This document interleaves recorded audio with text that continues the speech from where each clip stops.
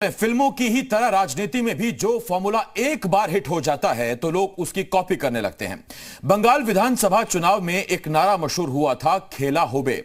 इस नारे के साथ ममता बनर्जी ने बीजेपी को पराजित कर दिया। अब यूपी में समाजवादी पार्टी के नेता खेला होई का नारा लेकर मैदान में उतरे हैं। कोनटा चान बोलुन, धर्म निये खेलबेन, खेला होबे, खेला होबे। बंगाल चुनाव में खेला हुआ और पूरे देश ने देखा। ममता बनर्जी ने बीजेपी को चुनौती देते हुए कहा, खेला होबे। ताई खेला होबे, मामुनेरा खेला होबे, रान्ना करते करते हाथा खुंती निये खेला होबे, भाई बोनेरा फुटबॉल क्रिकेट निये खेला होबे। बीजेपी ने भी ममता के खेला होबे का पुरजोर जवाब दिया था।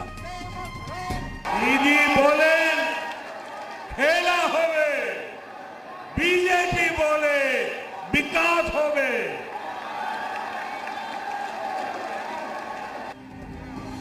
बंगाल का खेला तो विधानसभा चुनाव के साथ खत्म हो गया, लेकिन खेला होबे की गूंज अब यूपी में सुनाई पड़ने लगी है, जहां अगले साल विधानसभा चुनाव होने हैं। ये तस्वीर वाराणसी की है, जहां पूर्व विधायक और समाजवादी पार्टी नेता अब्दुल समद अंसारी ने अपने घर के बाहर लिखवाया है, उम्मीद की साइकिल। 2022 में क्या होगा? खेला होई, यानी नारा वही, भाषा नहीं। बांग्ला का खेला होबे बनारस की भोजपुरी जुबान में खेला होई बन गया।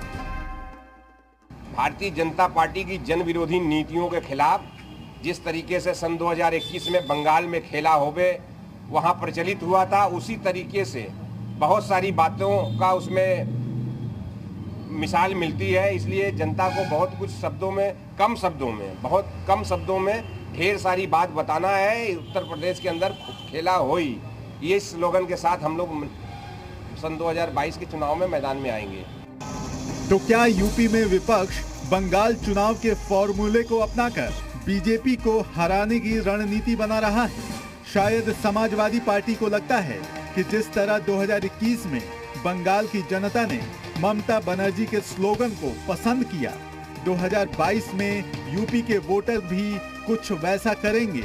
इसीलिए खेला होबे की नकल पर खेला होई का नारा दिया जा रहा है। सिर्फ वाराणसी ही नहीं, कानपुर में भी खेला होई के पोस्टर नजर आए। शुक्रवार रात ये पोस्टर लगाए गए थे, जिन्हें बाद में पुलिस ने हटा दिया।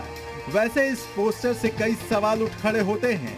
पहला सवाल ये कि क्या समाजवादी पार्टी योगी सरकार के खिलाफ चुनाव में कोई ऐसा नारा नहीं दे सकती जो लोगों की जुबान पर चढ़ जाए?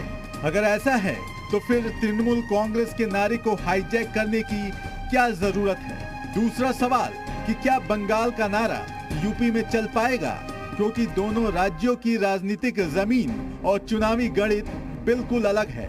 वैसे अभी उत्तर प्रदेश विधानसभा चुनाव में कई महीने का वक्त बाकी है। अभी ऐसे कई नारे उछाले जाएंगे, लेकिन ये तो यूपी के वोटर ही तय करेंगे कि 2022 के चुनाव में किस पार्टी का खेला बनेगा और किसका बिगड़ेगा। ब्यूरो रिपोर्ट, जी मीडिया।